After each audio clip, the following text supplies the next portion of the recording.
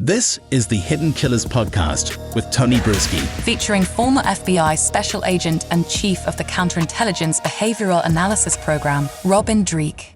There has been the allegations against Heuermann once stalking a female colleague on a cruise ship just because he wanted to show off his hunting skills.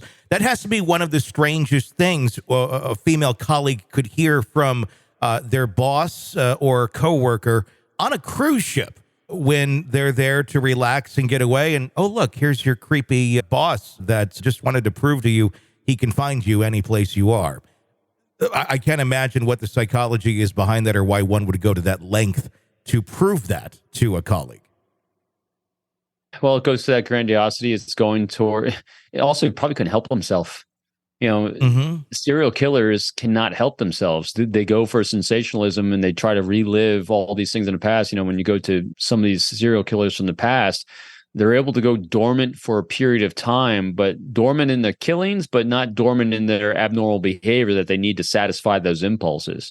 And so this could just be one of the things he was doing to be able to satisfy his crazy impulses as a serial killer. In other words, instead of going out and actually murdering another prostitute, I can just creep out my coworkers. Mm-hmm.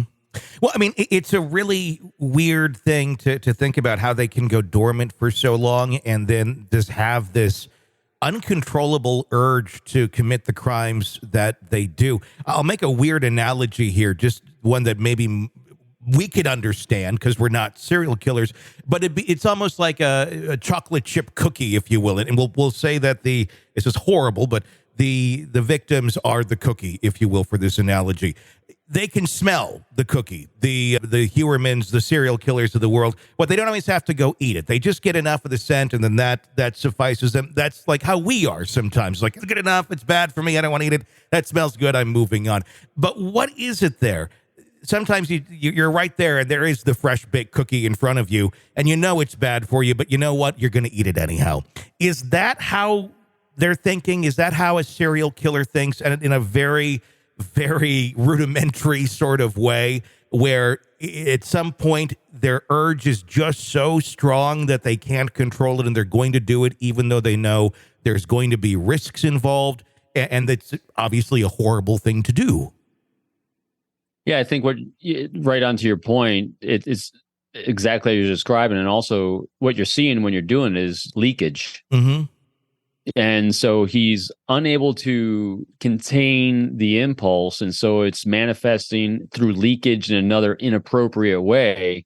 And because these people don't have empathy and a lack of ability to truly connect, they also, because of that, don't understand their impact on others. And so their leakage of these inappropriate behaviors, they are not completely aware, like you and I would be, of that's really off. Mm-hmm.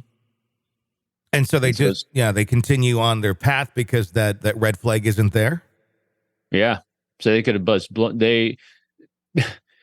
if she's given, reverse this a little bit. So if she's giving clues back to him when he's kind of given some leakage at work or in the workplace, where she's being the subordinate, as many subordinates are, whether you're male or female, and the boss is saying something weird and inappropriate, you're laughing along, you're joking because you don't want to offend the boss and make it seem like you don't like him or you don't like what he's saying or you think he's creepy, because your job can be impacted by that.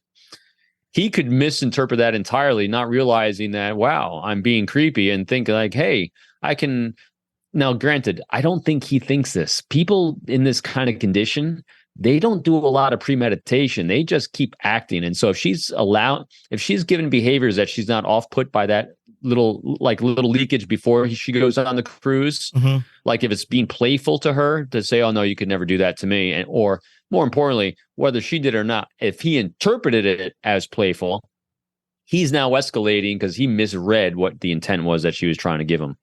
That makes a lot of sense, and I think there's a lot of men like that. I mean, I would say especially when a lot of men are younger, if you will. But sometimes, we grow out of that. We mature. We realize, hey, being that kind of guyish guy is not always the most attractive thing to a woman to prove your masculinity or whatever the hell he's trying to prove here. Certainly not masculinity, but I could see Rex in some way interpreting that, look at this, look what I can do. Very childish, but in his mind, it's a show of strength. It's a show of power, and doesn't realize just how off-putting or bizarre that way of showing it is. Right, and it seems congruent too from what some of the other prostitutes have come forward and said about him, also about how he was just strange. What makes it go someone like this from I'm hiring prostitutes? Because obviously we've heard from many that have not been murdered by him, but were used by him. What would be like the triggering factor where some of them he kills, some of them he doesn't? Not enough. I don't think his initial impulse was to murder. His initial impulse is to satisfy a fantasization going on in his brain. And that's why he's hiring people to play out these weird fantasies. I mean, just look at all these serial killers. They all had really odd fantasies that they're doing to women.